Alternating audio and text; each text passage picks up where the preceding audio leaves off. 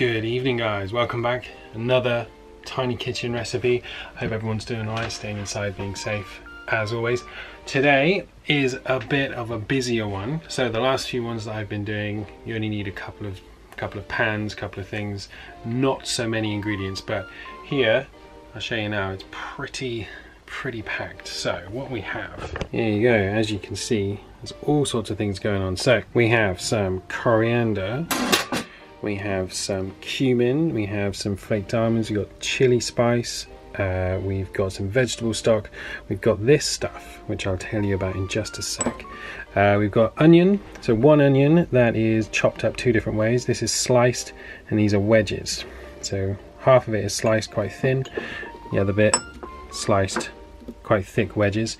Sweet potato, some garlic, some chopped tomato, plum tomatoes, sorry, lentils, aubergine, feta, lemon, and I think that's it. So that spice I'm telling you about, this one, is called Ras Al Hanout. Don't know if I'm pronouncing that right, but up until recently I'd never even heard of it, and I put it in this pretentious shot glass just to show you for decoration, but I'm not sure if you can see in there. There you go. It's like little flowers. It's almost like powder and flowers. There you go. It smells really good. So, put that back. What we are going to do, we have our oven ready. It's around 200 degrees. It's already set. Got a baking tray on the go as well.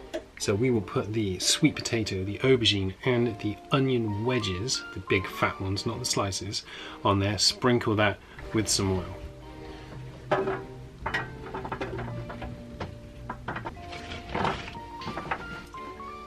So now it should look something like this.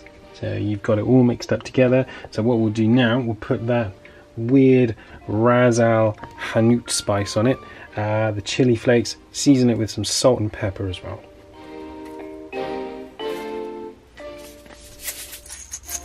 So that will go into the oven about 200 degrees for a total of 13 minutes. But after about 15, we'll give it a stir, make sure it's not sticking to the pan. And also, at the 15-minute mark, we'll put the tomatoes in as well. Mix those in for half the time that it's cooking. Just realized I haven't even mentioned what we're making. So it's kind of like a vegetable lentil, mix it all together, but it will have some, like I said, some feta, some toasted almonds as well. Then we'll make like a coriander kind of herby lemony drizzle to go on top. I don't really have a name for it, it's just a mix, a mash of stuff. So in the meantime, whilst that stuff is in the oven cooking, I have put a pan on, medium-ish heat, waiting for it to heat up, no oil. So what we'll do now, when it's heated up, put these almonds in and toast them so they're a little bit brown and a little bit crispier. If you're like me and you're using like an electric oven, it takes a moment for the pan to heat up quite a lot, so you can use this time. We need to zest the lemon, we need to crumble up the feta, and also chop the coriander too, so might as well do that. So for the lemon, I have this thing. It's just a little Tupperware box, and I use this side of the grater, and I found that that's probably the easiest way, or one of the easiest ways, to zest a lemon. And feta, just crumble that up, and then like I said, we'll just chop up the coriander too.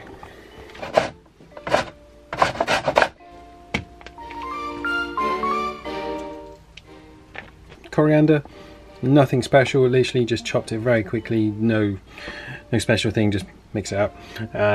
Feta, you saw I just used my hands, and then the zest of the lemons in here too, so feels pretty hot. Let's put in the almonds. There we go, and they'll start to cook, start to golden off pretty quickly. You just got to keep it moving. You can see one already. One more thing you can do if you're waiting for anything to heat up or cook, or for you to do something else, you can drain the lentils. So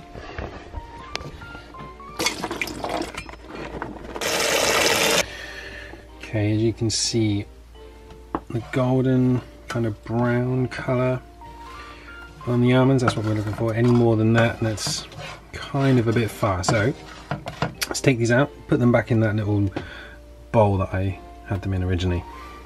So this is what they will look like, all nice and golden. You don't want it really much any more than that. It's kind of the shade you want. Incidentally, this little pot, which makes things kind of look all nice for these types of things, it's actually an old, oh there it is, old goo dessert pot. Moral of that anecdote is, any little pot like that, don't chuck it away, keep it, because you never know when you might need to cook a YouTube series in your kitchen and you need things to look nice. So whilst we're waiting for the things to still cook so we can put the tomatoes in, we can make the herby dressing that is going to go on the top of everything. So I've cut that lemon in half. So what I would do with that is literally take my bowl, the one with all the ice creams on it you saw the other day, and get the coriander, put that all in there, some lemon juice. I kind of like it when the seeds go in there, adds a little bit more flavour. Bit of salt, a little bit of pepper, tiny dab of oil as well. Mix that all together.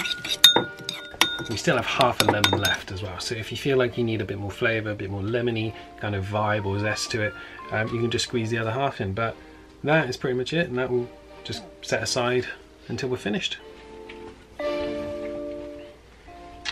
Okay, time is just finished, so we'll take out the vegetables from the oven.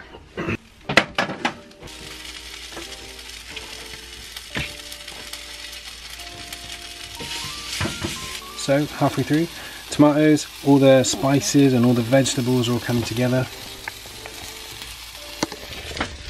Just gave it a stir so everything's all mixed nicely and it doesn't stick to the pan.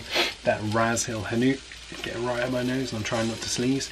So that will go in for another 10, maybe 15 minutes depending on how you like it and how strong your oven is. But so we'll stick that in now, and then we'll put a frying pan on, and then we're going to cook the lentils.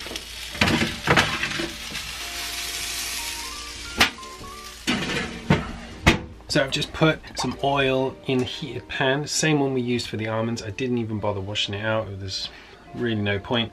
So once that heated up, I'll put the onion in, cook that for about 5 minutes until it's softened. Then afterwards, I'll cook the garlic and also the cumin as well. Mix that all together for about a minute.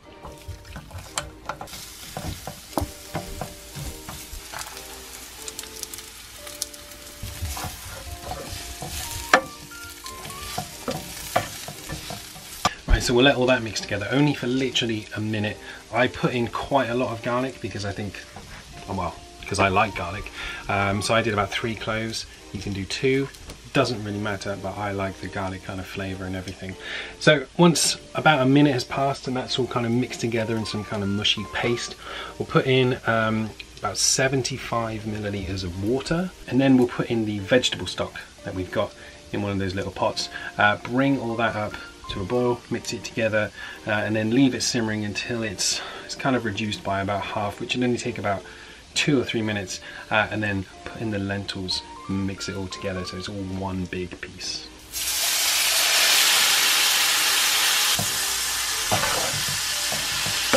So yeah, we'll leave that simmering for a couple of minutes.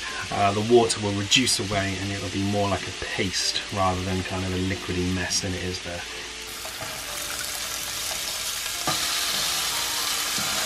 Okay, you can hear the lentils sizzling away. They've been in the pan for about 2 minutes, 3 minutes, mixed everything all up together. So now it's time to take them off. Take them off the heat, leave them in the pan, and then what we'll do, we'll wait for the vegetables to finish cooking. Should only take a couple more minutes, and then we'll put the lentils and everything all together in the baking tray and mix that all together. So just leave everything where it is, it'll all come together in a minute. Hear the sizzle. Look at those vegetables and the tomatoes. Whoa, the smells are amazing. So now I've got this off the heat, literally just chuck that in like this, mix it all up.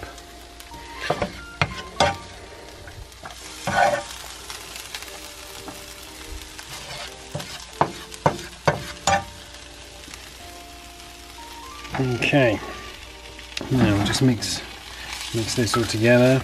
Let's add some the lemon zest that we made earlier. You can stick all of that in there, and then just get it, tip it all over. There we go. Right, there we are. Just like that. So now the hard bit's done, the long bit's done.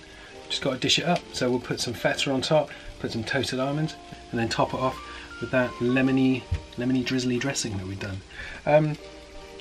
Just goes to show a little bit that just because it's vegetarian doesn't have to be boring. This is far from boring. So anyone that says vegetarian food's boring, they haven't got the creativity, or they don't know enough about it to make a decision on that. So let's bowl this up. And there you have it. Excuse the leftover feta there, but this even looks good, doesn't it? Got feta, you can see all the almonds, the tomatoes there, all going together really good. So I will say it's got a surprising little kick to it. I don't know whether it's that Ras Al Hanout or the amount of chili flakes that I put in, but all the ingredients, all the amounts again will be in the recipe that I'll put down below. And that, although it took a little bit longer, is something else that you can do in your tiny kitchen like me. Yeah, hope you enjoy it. Let me know if you do it and what you think, and if there's anything that you would do differently, any ingredients that I didn't put in that you would do, or anything like that. But for now, stay safe and happy cooking.